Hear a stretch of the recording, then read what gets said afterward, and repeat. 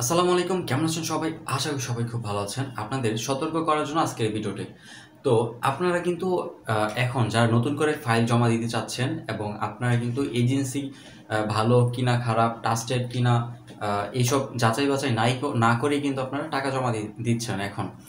বর্তমান সময়ে অনেকেই অনেক শুনছি যে এজেন্সিরা কিন্তু তাদের অফিস রেখে পালাইতেছে। তো আপনারা এমন কোনো এজেন্সির কাছে টাকা-পয়সা জমা দিবেন না যারা কিনা দেখা যায় যে আপনার টাকা পয়সা নিয়ে পালায় যাবে। তো আপনাদের বর্তমানে টাকা পয়সা দেওয়ার আগে অনেক কিছু মাথায় রাখতে হবে। যে সেইটা হচ্ছে যে তারা কি আসলেই লোক পাঠাইতে পারতেছে কিনা? তাদের কোম্পানিটা কত বছর এখানে ছিল?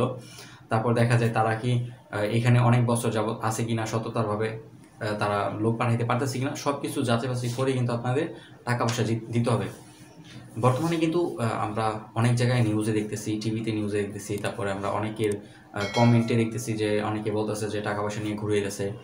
আপনার ইউরোপে যেসব দেশ আছে এগুলিতে আপনার লোক পাঠাইতে পারতেছে না।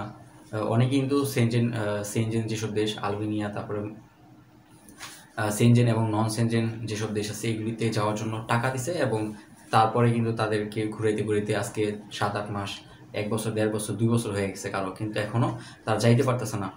আপনাদের সাথেও যেন এমনটা না হয়। সার্বিয়া সহ আলবেনিয়া, তারপর মন্টিনিগ্রো, আরও যেই দেশগুলি আছে ইউরোপের সেনজেন দেশ এবং নন সেনজেন দেশ, এগুলিতে যাওয়ার জন্য কিন্তু প্রচুর পরিমাণ মানুষ চেষ্টা করতেছে। ইটালি সহ যেসব দেশগুলি বর্তমানে আপনার যাওয়ার জন্য বেশি মানুষ এখন ট্রাই করতেছে। প্রচুর পরিমাণ মানুষ কিন্তু এখন সার্বিয়াতে যাওয়ার জন্য ট্রাই করতেছে। তারপর হচ্ছে ডেনমার্কে যাওয়ার জন্য ট্রাই করতেছে, হাঙ্গেরিতে যাওয়ার জন্য ট্রাই করতেছে। এখন অভাব নাই যে কোন দেশের থেকে কোন দেশে একটা চলতেছে, রেস চলতেছে যে কে কোন দেশে চলে যাবে এরকম। তো আপনারা যাবেন তো ভালো কথা, কিন্তু ভালো কোনো মাধ্যম ছাড়া কিন্তু ফাইল জমা দিবেন না, পাসপোর্ট জমা দিবেন না, টাকা পয়সা জমা দিবেন না। কারণ ভালো কোনো মাধ্যমে ছাড়া যদি আপনার টাকা পয়সা জমা দেন তাহলে কিন্তু বিপদে পড়ে যাবেন।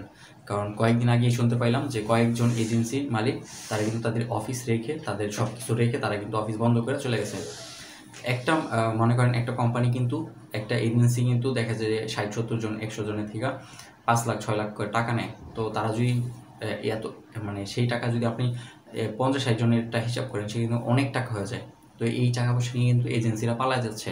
তো আপনিও টাকা পয়সা দেওয়ার আগে অবশ্যই সবচেয়ে ভালো হয় যে আপনার কোনো আত্মীয়-স্বজন গেছে কোনো এজেন্সির মাধ্যমে, তাদের কাছে টাকা পয়সা জমা দিতে পারেন আপনার ফাইল প্রসেসিংয়ের জন্য।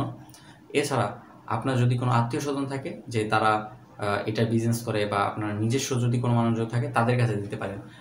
অন্যথায় আপনার কিন্তু প্রতারণার শিকার হইতে পারেন। আর টাকা পয়সা দেওয়ার আগে অবশ্যই ইস্টামে যেই চুক্তিপত্র থাকে, আজকে যেটা শুনলাম সেটা হচ্ছে যে চুক্তিপত্র অনেকেই পড়ে না। সেই না পড়ার মধ্যে চুক্তির মধ্যেও লেখা থাকে যে আপনাকে না পাঠাতে পারলেও এখানে আমার দায়বদ্ধতা থাকবে না। তো আপনারা অবশ্যই চুক্তিপত্রটা ভালোভাবে কাউরে দেখাই নেবেন যারা বোঝে এই ব্যাপারে। চুক্তিনামা যারা বুঝে তাদের অবশ্যই দেখাই নেবেন, বা আপনি নিজে যদি বুঝেন ভালোভাবে পড়ে নেবেন। হুটহাট করে কোনো কিছুতে সিগনেচার করবেন না। আর হুটহাট করেই কিন্তু তাদের কাছে তাদের অফিসে যাওয়ার পর তারা কিন্তু অনেক সুন্দরভাবে বলে যে আমরা খুব অল্প সময় নিতে পারবো। এইসবের কান না দিয়ে ১০০% যাচাই-বাছাই করে, সময় লাগলে লাগুক, যাচাই-বাছাই করে তারপরে আপনার ফাইল জমা দিবেন এবং পাসপোর্ট জমা দিবেন। তারপরে শেষে জেনে বুঝে তারপর টাকা পয়সা জমা দিবেন এবং চুক্তি অবশ্যই করে নেবেন। তো আপনার সাবধান হন। ভিসা ভিসা হচ্ছে সবই, কিন্তু ভালো কোনো মাধ্যম ছাড়া কিন্তু ভিসা হচ্ছে না, সব ফেক ভিসা হচ্ছে। অনেক দেখা যায় ১-২ বছর আগে যারা গেছে তাদের নামে কিন্তু অনলাইন করে, তারপরে এটা কীভাবে করে তারাই জানে, মানুষকে প্রতারিত করছে। তো আপনারা সাবধান হয়ে যান অবশ্যই। আর এখন থেকে আপনারা যারা যাবেন সব কিছু মাথায় চিন্তা ভাবনা করে তারপর এটা কিন্তু টাকা পয়সা জমা দিন। দেখা হচ্ছে পরবর্তী ভিডিওতে। সে পর্যন্ত ভালো থাকবেন, সুস্থ থাকবেন আর সতর্ক থাকুন অবশ্যই। আল্লাহ হাফিজ।